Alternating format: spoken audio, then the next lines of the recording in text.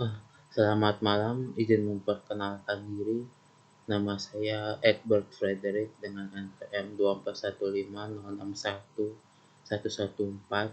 Jadi, pada malam hari ini saya akan menjelaskan mengenai CPU scheduling algorithm, khususnya yang di first come first service.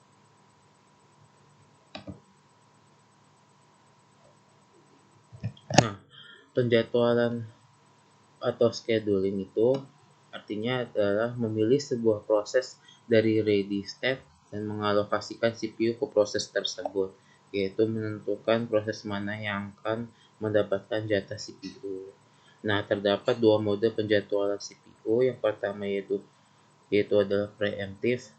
Artinya jika sebuah proses sedang berjalan di CPU, proses tersebut dapat dihentikan secara paksa dari CPU dan CPU dapat dialokasikan kepada proses lainnya. Yang kedua adalah non-preemptive, artinya setelah CPU dialokasikan ke suatu proses dan proses tersebut sedang berjalan, proses tersebut tidak dapat dihentikan dari CPU sampai proses itu selesai atau memasuki operasi input-output.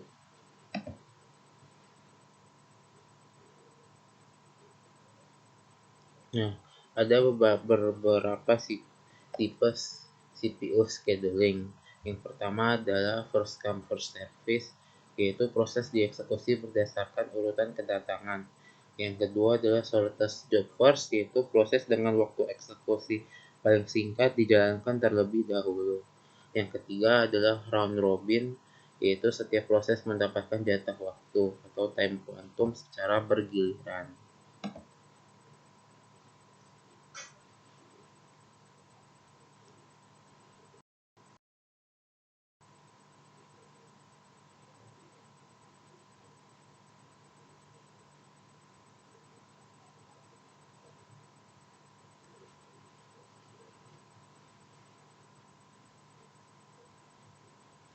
Nah, di sini saya akan menjelaskan mengenai algoritma first come first service. First come first service adalah algoritma penjadwalan CPU yang sederhana dan non-preemptif, di mana setiap proses dieksekusi sesuai urutan kedatangan ke antrian siap. Proses pertama yang datang akan dieksekusi hingga selesai sebelum proses berikutnya dijalankan. Kelebihan FCFS adalah implementasinya mudah dan overhead pergantian konteks relatif kecil. Namun kelemahannya termasuk kemungkinan terjadi konvoy effect, yaitu proses panjang memperlambat proses pendek.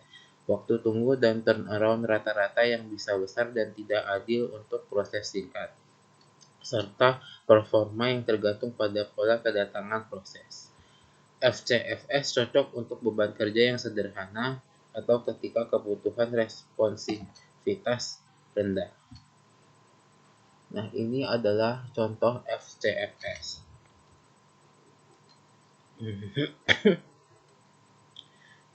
Dapat kita lihat pada proses P1 arrival time-nya adalah 2 dan burst time-nya adalah 2. Pada proses P2 arrival time-nya adalah 0 dan burst time-nya adalah 1. Pada proses 3 arrival time-nya adalah 2 dan burst time-nya adalah 3. Pada proses 4 arrival time-nya adalah 3 dan burst time-nya adalah 5. Pada proses kelima arrival time-nya adalah 4 dan burst time-nya adalah 4. Nah, arrival time sendiri adalah waktu ketika sebuah proses tiba di antrean ready. Lalu burst time adalah waktu CPU total yang dibutuhkan suatu proses untuk menyelesaikan eksekusinya.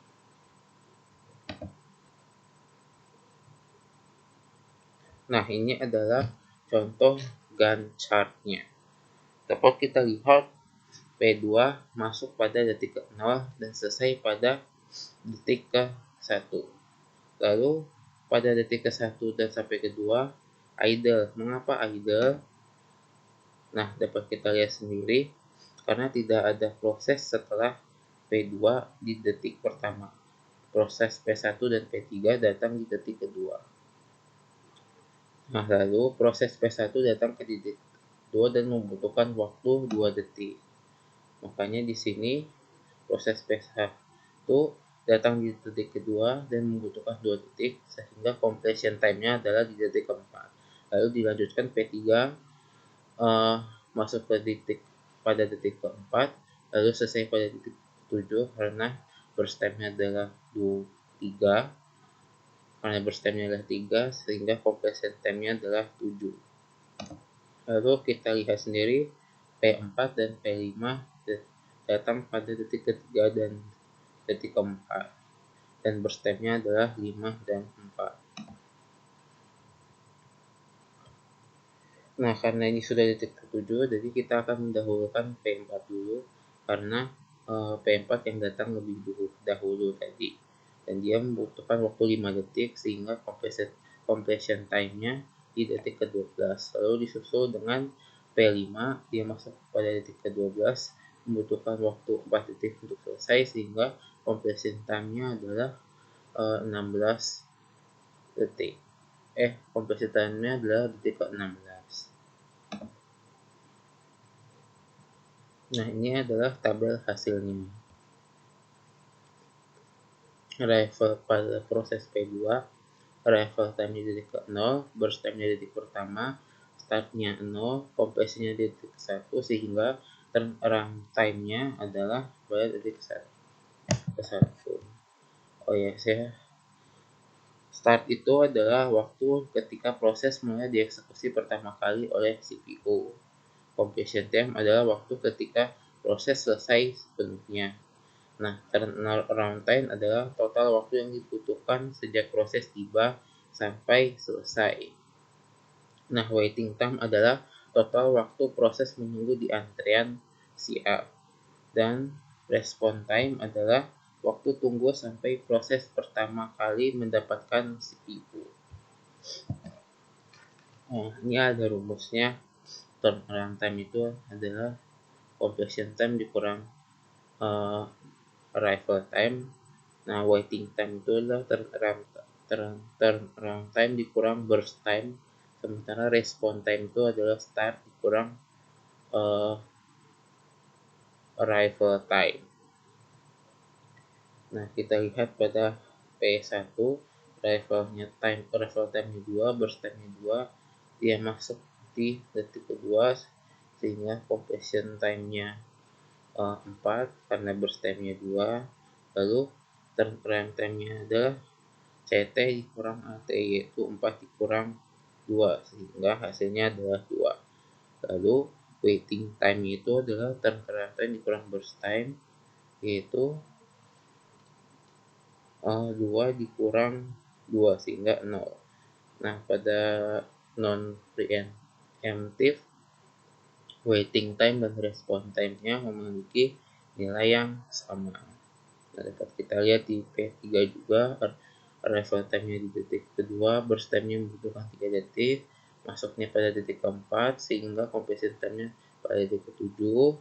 Lalu turnaround time-nya adalah completion time dikurang arrival time, yaitu 7 dikurang 2 hasilnya 5. Waiting time yaitu turnaround time dikurang burst time, yaitu 5 dikurang 3, itu hasilnya 2. Lalu lanjut pada proses keempat, arrival time-nya 2, burst time-nya 5, startnya pada detik ke-7, sehingga completion time-nya pada detik ke-12 karena dia membutuhkan 5 detik. Lalu turnaround time-nya adalah completion time dikurang arrival time, yaitu 12 dikurang 3 sehingga hasilnya 9. Lalu ada waiting time, yaitu turnaround time dikurang burst time, yaitu 9 dikurangin 5 hasilnya 4. Lalu selanjutnya juga pada proses P5, arrival time-nya pada detik keempat, burst time-nya membutuhkan 4 detik, startnya pada detik ke-12, completion-nya time-nya pada detik ke-16 karena 12 tambah 4 16. Lalu turnaround time-nya itu CT dikurang AT, yaitu 16 dikurang 4 sehingga hasilnya 12. Waiting time-nya itu turnaround time dikurang burst time sehingga 12 dikurang 4 hasilnya yaitu 8.